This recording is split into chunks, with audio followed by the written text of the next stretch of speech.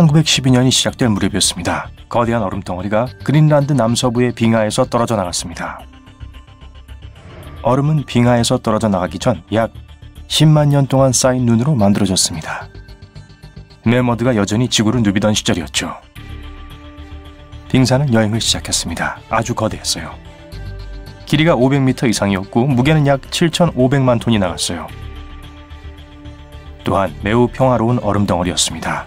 선박과 분주한 수송 항로를 멀리 비껴갔어요. 빙산이 있는 곳이 그렇게 흔한 것도 아니지만요. 그러다가 다른 빙산보다 훨씬 더 남쪽으로 떠내려갔습니다. 그 빙산은 운이 좋았어요. 다른 빙산은 그 위도에 도착하기 훨씬 전에 다 녹아버리거든요. 그린란드의 빙하로부터 떨어져 나온 15,000에서 3만 개의 빙하 중에 오직 1%만이 대서양까지 떠내려갑니다. 그렇기 때문에 여행을 하는 이 빙산이 4월에 이미 북극권에서 2,400km 이상 떨어진 곳에 있었다는 사실은 놀랍습니다. 몇 달 동안 물에 녹았지만 이 얼음덩어리 무게는 여전히 150만 톤에 달했습니다. 금문교보다 거의 2배나 더 무거웠던 셈이죠. 빙산의 꼭대기는 바다 표면 위로 30m 이상 우뚝 솟아 있었습니다. 하지만 빙산이 대양 여객선 옆에 떠 있는 것을 보았더라도 무해해 보였을 거예요. 언뜻 보기엔 말이죠. 그저 커다란 얼음덩어리의 일부일 뿐이니까요. 모든 빙산의 가장 큰 부분은 항상 해수면 아래에 숨어 있습니다. 보통 물 위로 보이는 부분은 10분의 1에 지나지 않아요. 문제의 빙산도 예외는 아니었습니다. 이 빙산이 대서양에 도착하기 며칠 전 웅장한 배가 항구를 떠났습니다. 3,000명 이상의 승객과 승무원을 태운 호화 증기선이었어요. 그 당시 지금까지 만들어진 배 중 가장 큰 배였습니다. 여객선의 이름은 타이타닉이었어요. 절대 가라앉지 않을 거라고 여겨졌습니다. 여정을 시작했을 때 타이타닉은 증기선 뉴요크호와 거의 충돌할 뻔했습니다. 운 좋게도 타이타닉호는 불과 몇 미터를 두고 그 배를 간신히 피해 지나갔습니다. 여객선 갑판을 가득 메운 사람들은 모두 안도의 한숨을 내쉬었습니다. 가까운 미래에 무엇이 그들을 기다리고 있는지 전혀 알지 못했어요. 한편 그 빙산은 타이타닉호가 뉴욕으로 가는 길에 건너갈 지역에 접근하고 있었습니다. 사건은 4월 14일 타이타닉호가 뉴펀드랜드에서 약 600km 떨어진 북대서양에 있을 때 발생했습니다. 밤 11시 40분쯤 타이타닉호에서 아직 깨어있던 사람들이 불가사의하고 강력한 힘에 밀려 쓰러졌습니다. 이미 잠자리에 든 사람들도 바닥으로 떨어졌어요. 승객들과 승무원들 모두 당황스럽고 혼란스러운 비명을 질렀습니다. 소동이 시작되기 몇 분 전 빙산이 배 바로 앞에 나타났습니다. 떠들고 있던 그 빙산이었어요. 왜 선원들은 빙산을 진작 알아차리지 못했을까요? 몇 가지 이유가 있을 수 있습니다. 잠시 후에 말씀드릴게요. 어쨌든 여객선은 일단 거대한 얼음덩어리와 충돌하고 난 후 운명이 결정되었습니다. 항로를 바꿀 수 없었고 적어도 선체칸 중 5개가 파열되었습니다. 물이 놀라운 속도로 차오르기 시작했어요. 타이타닉의 칸은 위가 덮여있지 않았어요. 그래서 바로 옆 칸으로 물이 넘쳤고 홍수가 나기 시작했습니다. 배의 앞부분이 가라앉기 시작했고 뒷부분이 공중을 향해 수직으로 떠올랐습니다. 그리고 귀청이 터질 듯한 굉음과 함께 여객선은 두동강이 났어요. 그 다음은 다 아실 거예요.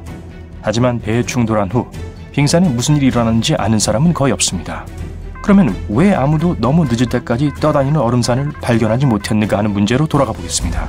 그 운명적인 날 있었던 일들을 추적해보죠. 오후 6시경 스미스 선장은 마침내 타이타닉의 항로를 바꾸기로 결정합니다. 그는 하루 종일 빙산 경고를 받고 있었어요. 타이타닉호는 남쪽으로 더 내려가기 시작합니다. 하지만 속도는 그대로였어요. 밤 9시 40분에 또 다른 배가 타이타닉에게 빙산으로 가득 찬 광대한 빙원에 대해 경고합니다. 불행히도 이 메시지는 그 여객선 조종실에 도착하지 않았어요. 밤 11시쯤에 또 다른 증기선이 타이타닉에 무선을 보냅니다. 그들은 얼음에 둘러싸여서 배를 멈춰야 했다고 말했어요. 이 메시지도 무시됩니다. 그동안 호화 여객선을 탄 대부분의 승객들은 이미 자신들의 방에서 잠자리에 들었어요. 밤 11시 35분 타이타닉의 조망대에 있던 선원들은 빙산을 발견했습니다. 그들은 배를 3번 울렸는데 그것은 무언가 앞에 있다는 의미였습니다. 그러고 나서 그들은 조정실에 알렸습니다. 엔진이 꺼지고 방수라고 생각되었던 칸막이 문이 닫혔습니다. 불과 5분 후 이 거대한 여객선의 우현 쪽이 빙산과 충돌합니다. 우편 물질이 물로 가득 차기 시작합니다. 곧 다른 보고가 들어옵니다. 좋은 소식이 아니었어요. 적어도 5개의 다른 칸이 물에 잠겼습니다. 타이타닉이 가라앉기까지 몇 시간밖에 남지 않았다는 사실이 분명해졌습니다. 밤은 유난히 고요했습니다. 달빛도 바람도 파도도 치지 않았어요. 파도가 빙산에 부딪히지 않았기 때문에 거대한 빙산을 보기가 어려웠어요. 하지만 타이타닉을 침몰시킨 건 검은 빙산이었다는 설도 있습니다. 만일 빙산을 그린다면 분명 하얗고 우뚝 솟은 얼음 덩어리를 그릴 거예요. 하지만 남극 대륙을 방문한 사람들은 빙산이 다양한 색깔로 이루어졌다고들 합니다. 마치 사탕처럼 여러 가지 색깔, 무늬 또는 줄무늬가 있을 수도 있어요. 빙산은 또한 검은색일 수도 있습니다. 이런 유별난 색깔을 띤 얼음이 형성되는 데는 2가지 방법이 있습니다. 첫 번째는 얼음이 매우 순수한 경우입니다. 기포나 균열이 전혀 없어요. 이 경우 빛을 반사시킬 수 있는 것이 아무것도 없습니다. 그러면 빙산이 모든 것을 흡수하고 검게 보일 겁니다. 또는 분출하는 화산이 화산재로 빙하를 덮을 수 있습니다. 이런 빙하에서 떨어져 나간 얼음은 역시 어두운 색일 거예요. 전문가들은 타이타닉의 빙산이 왜 그렇게 어둡게 보였는지 진짜 이유를 알지 못합니다. 그게 정말 검은색이었는지도 확인할 수 없어요. 하지만 조망대에 있던 선원 중 한 명이 얼음이 까맸다고 증언했습니다. 다른 사람은 그것이 회색이거나 짙은 회색이라고 말했습니다. 소위 검은 빙산이라고 불리는 것에는 흥분되거나 신비스러운 점이 없습니다. 윗부분이 녹은 후에 뒤집어진 빙산은 무게 분포가 달라집니다. 만약 빙산의 아랫부분이 빛을 흡수할 만큼 충분히 매끈하다면 어둡게 보일 거예요. 게다가 보통 흰 서리가 쌓일 만큼 충분히 오랫동안 공기에 노출되지 않습니다. 하지만 이 이론은 틀렸고 빙산은 사실 검은색이 아니었다고 해보죠. 그래도 여전히 사물이 보이는 유일한 이유는 빛이 사물을 반사하기 때문입니다. 빛이 적을수록 무언가를 알아차릴 가능성이 줄어들어요. 바다 표면은 항상 달과 별빛을 반사합니다. 하지만 불규칙한 모양의 거의 수직에 가까운 빙산은 그럴 가능성이 더 적습니다. 그게 바로 빙산이 반짝이는 수면에 대비해서 거의 까맣게 보였던 이유가 되겠죠. 밤의 빙산은 레이더 없이는 발견하기 어려울 수 있습니다. 어쨌든 이 빙산은 제때 발견되지 않았어요. 타이타닉이 그 빙산에 충돌해서 가라앉았습니다. 그게 이야기의 끝인가요? 그렇지 않은 것 같아요. 4월 15일 독일 원양 여객선 SS 프린트 아달버트가 북대서양을 항해하고 있었습니다. 몇 시간 전에 타이타닉이 가라앉았던 곳에서 몇 킬로미터 떨어진 곳을 여행하고 있었어요. 아직 그 재난에 대해 알지 못했던 독일 선박의 책임자는 빙산을 목격했습니다. 그의 관심을 끈 것은 빙산의 아래쪽에 있던 커다란 붉은 페인트 자국이었습니다. 깜짝 놀란 그 남자는 그 사진을 찍었습니다. 그는 페인트가 지난 12시간 동안 배가 빙산에 부딪혔다는 것을 의미한다고 생각했습니다. 그 다음으로 그 악명 높은 얼음 덩어리를 보고 사진을 찍은 사람은 심해 통신 케이블을 깔던 선박의 선장이었습니다. 그 배는 타이타닉호가 침몰한 지역으로 도움을 주기 위해 이동하던 중이었죠. 선장은 나중에 자신이 본 빙산이 그 지역에서 유일한 빙산이었다고 주장했습니다. 게다가 빨간 페인트를 고려하면 연관을 짓는 게 어렵지 않았어요. 2015년 이 사진 중 하나가 경매에서 약 3,500만 원에 팔렸습니다. 여전히 전문가들은 그 사진이 정말 그 악명 높은 얼음 덩어리의 모습인지는 확신하지 못하고 있습니다. 당시 근처에 떠 있었던 죄 없는 빙산이었는지도 모르죠. 밤 11시 39분이었습니다. 타이타닉의 막루에서 외침이 들렸어요. 빙산이다! 바로 앞에 있다! 속도를 줄이고 배의 항로를 바꾸기 위해 함교에서 신속하게 조치를 취했지만 도움이 되지 않았고 이야기의 결말은 다들 이미 알고 계시죠. 그 이후로 우리는 타이타닉에 일어난 일을 일생에 단 한 번뿐인 사건으로 간주해왔습니다. 그런데 정말 그럴까요? 타이타닉은 1912년에 침몰했습니다. 멋진 GPS나 기상위성은 잊으세요. 당시엔 배들이 서로에게 빙산의 위치를 알려주는 역할을 했습니다. 마치 이와 나만 믿어 같은 상황이었죠. 그러던 중 타이타닉 참사가 일어났습니다. 단순한 재앙 그 이상이었고 전문가들은 다시는 이런 사고가 일어나지 않도록 조직을 구성할 필요성을 느꼈어요. 그래서 1년 후 국제빙상순찰대, 줄여서 IIP가 창설되었습니다. 오늘날까지 이 그룹은 선박의 얼음 위협에 대한 사전 경고를 제공하는 역할을 담당해오고 있어요. IIP는 선박 보고서와 항공기 순찰에서 위성 이미지에 이르기까지 수년에 걸쳐 그 방법을 개선했습니다. 최근에는 빙산의 표류 가능성을 예측하기 위해 해수면 아래 최대 50m까지 바다 상태에 대한 실시간 정보를 제공하는 부유식 장치인 해양학 부표도 사용하고 있어요. 다행히도 IIP는 선박과 빙산의 충돌을 줄이는 데 탁월한 역할을 하고 있습니다. 하지만 아무리 첨단 탐지 장비라도 불행한 상황을 완전히 피할 수 없으니 너무 안심해서는 안 돼요. 1980년부터 2015년까지 선박과 빙산이 충돌한 사고는 57건이나 됩니다. 그리고 냉혹한 진실은 오늘날의 선박이 타이타닉보다 빙산에 부딪힐 가능성이 더 높다는 거예요. 연구에 따르면 1912년 타이타닉이 침몰한 해역에는 1382개의 빙산이 있었다고 해요. 많은 양이라고 생각할 수도 있지만 과학자들은 그다지 큰 문제가 아니라고 말합니다. 물론 높은 편이긴 하지만 그 이후 14년 동안 더 많은 빙산 활동이 있었기 때문이죠.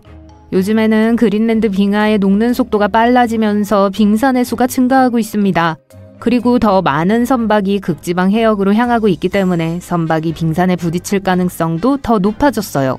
하지만 선장에게 진짜 위험은 그로울러와 버지비트라고 불리는 보이지 않는 적이에요. 그로울러는 일반 문만한 크기의 작은 빙산입니다. 그리고 버지비트도 스쿨버스 크기 정도로 작은 것으로 간주돼요. 이러한 빙산은 무해해 보일 수 있지만 실제로는 레이더나 인공위성에 완전히 보이지 않을 수 있기 때문에 까다롭습니다. 타이타닉만큼 큰 현대식 유람선이 이 작은 빙산 중 하나에 부딪히면 어떤 일이 일어나는지 살펴보세요.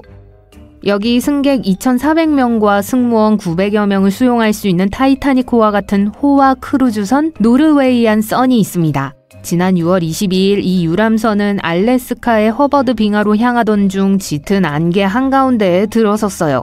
갑자기 배가 심하게 흔들리자 승객들은 충격을 느끼고 겁에 질렸습니다. 안개가 곧바로 걷히자 승객들은 무슨 일이 일어났는지 깨달았어요. 노르웨이안 선이 그로울러 빙산과 충돌한 거예요. 하지만 결과는 타이타닉호와는 완전히 달랐습니다. 다행히도 부상자는 없었고 승객과 직원 모두 알래스카 부두에 무사히 도착했어요. 전문 다이버들이 배의 상태를 확인한 결과 충돌 후 배에 약간의 손상이 있었다는 사실을 발견했습니다. 따라서 나머지 여정은 취소됐죠. 하지만 다음 대서양 횡단 여행을 떠날 짐을 꾸리면서 스트레스를 받지는 마세요. 노르웨이안 선 같은 사고는 매우 드물어요. 그러니까 선박이 얼음을 만나는 건 흔한 일이지만 그게 문제가 되는 건 드문 일이에요. 대부분의 현대식 크루즈 선박은 빙산에 부딪혀도 물리적인 손상을 입지 않는데 그만한 이유가 있어요. 타이타닉에 사용된 강철도 참사에 중요한 역할을 했습니다. 가라앉지 않는 배였던 타이타닉은 결국 충격에 강한 배는 아니었어요. 당시 타이타닉의 선체는 약 2,000개의 철판을 사용해서 제작됐는데 이 철판은 화로에서 생산된 것으로 추정됩니다.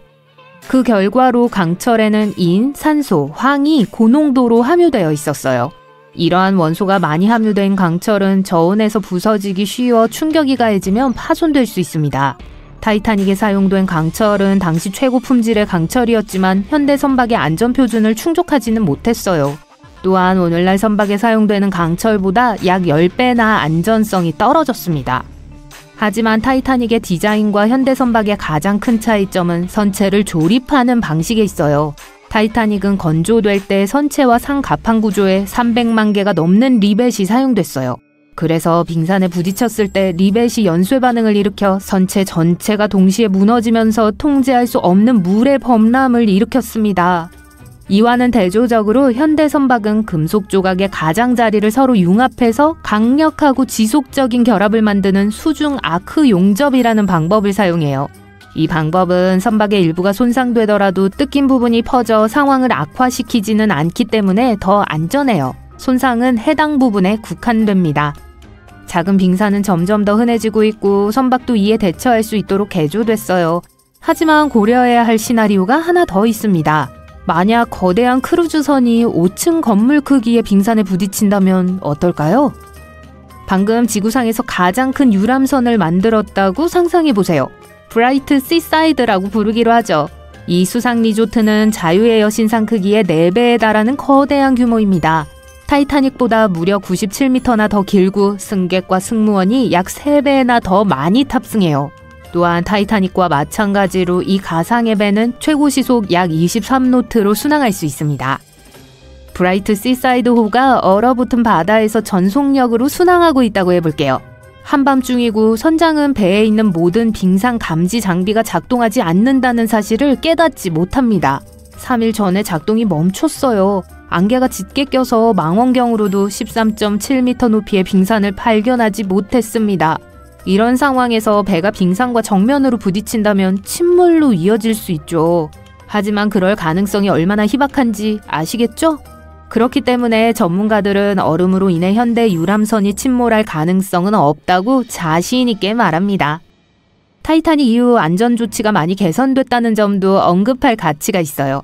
현대의 대형 선박은 침몰하는데 며칠이 걸릴 수 있어 모든 승객을 안전하게 보호할 수 있는 충분한 시간을 제공해요. 승무원들은 대피 절차를 처리할 준비가 확실히 더 잘 돼 있고 승객들도 크루즈를 타기 전에 안전교육을 받아야 해요. 네, 알아요. 수영장에서 레모네이드를 마시고 싶을 때 이런 교육을 받는다는 건 짜증나는 일이죠. 하지만 이러한 모든 안전조치 덕분에 MS 익스플로러는 현대판 타이타닉이 되지 않을 수 있었습니다. 2007년 남극 유람선에 탑승한 154명의 승객은 배가 빙산에 부딪힌 후 겨우 구명보트에 탑승할 수 있었어요. 4시간 동안 구조를 기다리면서 얼마나 공포에 떨었을지 상상해보세요. 승무원들은 의심할 여지 없이 모든 사람을 안전하게 지키는데 훌륭한 일을 해냈습니다. 그런데 2년 후 나온 보고서에 따르면 MS 익스플로러 사고는 남극의 얼어붙은 바다에서 배를 너무 빨리 얼음벽으로 밀어붙인 선장의 미숙함으로 인해 발생했다고 해요.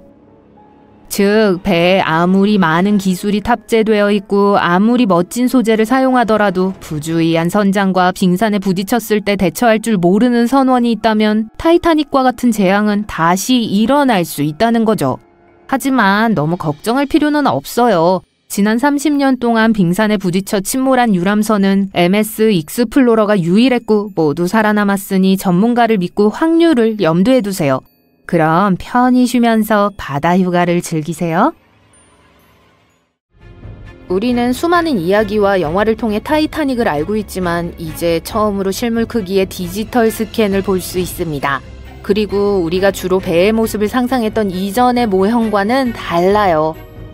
이번에는 진짜 디지털 스캔을 했습니다. 전문가 팀이 타이타닉 주변의 심해절을 배 자체와 함께 실제로 매핑했어요. 우리는 기본적으로 전체 난파선의 3D 뷰를 얻었는데 이는 마치 바다 표면 아래 깊숙이 들어가서 모든 물이 빠진 것처럼 타이타닉을 보는 것과 같죠. 이 난파선의 이야기는 타이타닉이 침몰한 지 73년 후인 1985년에 시작되었습니다. 로버트 발라드라는 탐험가가 그 지역에서 침몰한 2척의 잠수함 사이에서 이 난파선을 우연히 발견했어요. 당시 그는 다른 일을 하고 있었기 때문에 배를 제대로 탐사할 시간조차 없었습니다. 하지만 잠수함을 수색하던 중 그는 해류가 가라앉는 잔해에 어떤 영향을 미치는지 깨달았습니다. 그는 가장 무거운 물체는 빠르게 가라앉고 잔해에 흔적을 남기는데 그 흔적이 해류를 따라간다는 사실을 발견했죠. 이 지식을 바탕으로 발라드는 타이타닉이 두 동강이 나면서 잔해의 흔적을 남겼다는 가설을 세웠습니다. 발라드가 난파선을 발견하기 전에는 모든 사람들이 타이타닉이 빙산에 부딪힌 후 그대로 가라앉았다고 생각했어요. 자, 모두가 배의 위치를 알고 있었기 때문에 모험을 시작할 수 있었습니다. 아닐까요? 탐험하기가 어려웠어요. 배는 거대하고 바다의 어두운 깊이 때문에 한 번에 배의 전신을 포착하기가 정말 어려웠죠. 그래서 우리는 대부분 썩어가는 배의 모습을 엿보는 데 의존했고 전체 그림에서 흩어져 있는 부분만 골라 추측과 이야기로 채우는 것으로 만족해야 했습니다. 하지만 2022년 여름 드디어 뭔가 달라졌어요. 심해지도 제작을 전문으로 하는 마젤란사의 전문가팀이 이 프로젝트에 관한 다큐멘터리를 제작하던 아틀란틱 프로덕션과 손을 잡았습니다. 이들은 타이타닉의 전경을 촬영하는 임무를 수행하기 시작했어요. 그들은 잠수정을 사용했습니다. 잠수정은 숙련된 탐험가 팀이 원격으로 조종하는 수중 이동수단입니다. 이 잠수정은 바닷속 깊은 곳으로 잠수했습니다. 난파선의 전체 길이와 폭에 대한 정보를 수집하는 데 200시간이 넘게 걸렸을 정도로 쉽지 않은 작업이었어요. 마치 실제 보물찾기를 하는 것 같았죠. 하지만 그들은 금과 보석을 찾는 대신 가능한 모든 각도에서 촬영한 70만 장이 넘는 타이타닉의 사진이라는 더 귀중한 것을 찾아냈습니다. 네, 그들은 배의 모든 작은 부분, 심지어 우리 대부분이 보통은 그냥 지나치는 그다지 흥미롭지 않은 부분까지 사진을 찍었어요. 진흙으로 뒤덮인 부분을 매핑하는 것도 중요한 작업이었는데 발견한 흥미로운 것들 사이의 간극을 메우는 데 도움이 되었기 때문입니다. 그리고 이렇게 마침내 우리 모두가 상세한 3D 복원을 할 수 있었어요. 100년이 넘은 세월이 흘렀지만 종유석처럼 매달려 있는 녹으로 뒤덮인 타이타닉의 뱃머리를 여전히 알아볼 수 있습니다. 뱃머리 위에는 배의 가판이 있는데 커다란 구멍을 통해 웅장한 계단이 있던 빈 공간을 엿볼 수 있어 배의 화려했던 과거를 볼 수 있는 창문처럼 보여요. 타이타닉의 선미는 이제 뒤틀린 금속으로 엉망진창이 됐습니다. 타이타닉이 침몰하면서 이 부분이 무너지고 해저로 소용돌이쳤어요. 선수와 선미는 약 800m 정도 떨어져 있었어요. 해저에 갇힌 이 거대한 배 주변에는 광대한 잔해가 널려 있습니다. 이 잔해는 배에서 나온 복잡한 금속 공예품, 조각상, 심지어 개봉하지 않은 샴페인병까지 가득한 보물창고와도 같아요. 해저에 널려있는 수십 개의 신발처럼 배와 함께 가라앉은 개인 소지품도 있습니다. 잠수해서 그 많은 사진을 찍는 것도 힘든 작업이었어요. 사람이 아닌 잠수함이 바다의 깊은 곳까지 들어가야 했기 때문에 처음에는 그렇게 어렵지 않게 들릴 수도 있습니다. 하지만 바다를 연구하는 건 어려운 일이에요. 우리는 바다의 80% 이상을 탐험하거나 지도를 만들거나 본 적도 없어요. 조건은 가혹하고 깊숙이 들어갈수록 수압은 더욱 강해집니다. 그리고 수면 아래 거의 4,000m까지 잠수해야 했죠. 에펠탑 12개를 쌓아 올린 정도의 깊이예요. 게다가 그 지역에는 강한 해류가 흐르기 때문에 물속 미로를 헤쳐나가는 것과 같았을 거예요. 그리고 잠수정은 아무것도 건드리지 않아야 했어요. 조금만 발을 잘못 디뎌도 이미 부서지기 쉬운 난파선이 손상될 수 있었죠. 타이타닉은 시간이 멈춰서 항상 우리를 기다리고 있을 것 같지만 실제로는 서서히 사라지고 있습니다. 타이타닉이 얼마나 오랫동안 바다 밑에 있었는지를 생각해보면 바닷물에 의해 망가진 게 분명해요. 하지만 그뿐만 아니라 난파선 자체가 이 유명한 배의 이름을 딴 특정 유형의 박테리아의 서식지가 됐어요. 이 박테리아는 러스티클로 알려진 녹슨 구조물 내부에서도 생존할 수 있는 특별한 능력을 가지고 있습니다. 러스티클은 물이 떨어져 얼어붙을 때 형성되는 얼음 가시로 고드름과 비슷하게 생겼어요. 이 박테리아는 배의 선체에 풍부한 철을 좋아합니다. 박테리아에게 해저는 진짜 뷔페 같은 곳이에요. 그리고 시간이 지남에 따라 이 박테리아는 배의 철을 조금씩 갉아먹어 언젠가는 잔치가 끝나고 배 전체가 사라질 때까지 계속 먹어치울 겁니다. 느리지만 꾸준한 재활용 과정과 같죠. 따라서 열심히 일하는 팀과 기술 덕분에 얻은 이 3D 모델은 가장 좋은 시기에 나온 거예요. 이 유명한 난파선을 탐사할 시간이 얼마나 남았는지 우리는 알 수 없으니까요. 이번에는 빙산과의 충돌을 더 잘 이해할 수 있을지도 모릅니다. 영화에서 타이타닉이 빙산에 부딪히는 장면이 항상 오른쪽에 나오는 거 아시죠? 글쎄요, 우리는 그것조차 확신할 수 없어요. 이 스캔은 배가 실제로 빙산에 부딪혔는지 아니면 가령 빙산에 끼었는지 알아내는 데 도움이 될 수 있습니다. 선미를 연구하고 타이타닉이 어떻게 해저에 부딪혔는지 분석하면 침몰 당시 실제로 어떤 일이 일어났는지 이해하는 데 도움이 될 거예요. 타이타닉의 운명을 결정지은 강력한 화재가 실제로 있었는지 알아낼 수 있을지도 모릅니다. 한 가설에 따르면 타이타닉이 처음이자 마지막으로 항해를 떠나기 전 3주 동안 석탄 화재가 계속됐다는 설이 있어요. 이로 인해 선체가 약해졌을 수도 있고 그건 대부분의 작업이 완료된 상태에서 빙산이 마지막 타격을 가한 거라는 뜻이 되기도 하죠. 일부 사람들이 궁금해하는 것처럼 빙산이 실제로 존재했다면 말이에요. 타이타닉이 일반적인 빙산이 아닌 숨겨진 팩 아이스 덩어리에 부딪혔을 수 있다는 대안적인 이론이 제시되고 있습니다. 팩 아이스는 해수면 근처에 떠다니는 큰 얼음 조각으로 구성돼 있어 발견하기 어려울 수 있어요. 연구진은 이 팩 아이스가 북극해에서 대서양으로 표류했을 것이라고 추정하고 있습니다. 이 의견에 동의하는 한 전문 항해사는 타이타닉이 일반 빙산에 부딪혔다면 배가 훨씬 더 빨리 침몰했을 것이라고 말해요. 타이타닉은 3시간이 좀 안 되는 비교적 긴 시간 동안 수면 위에 머물렀기 때문에 아마도 다른 유형의 충돌이었을 거라고요.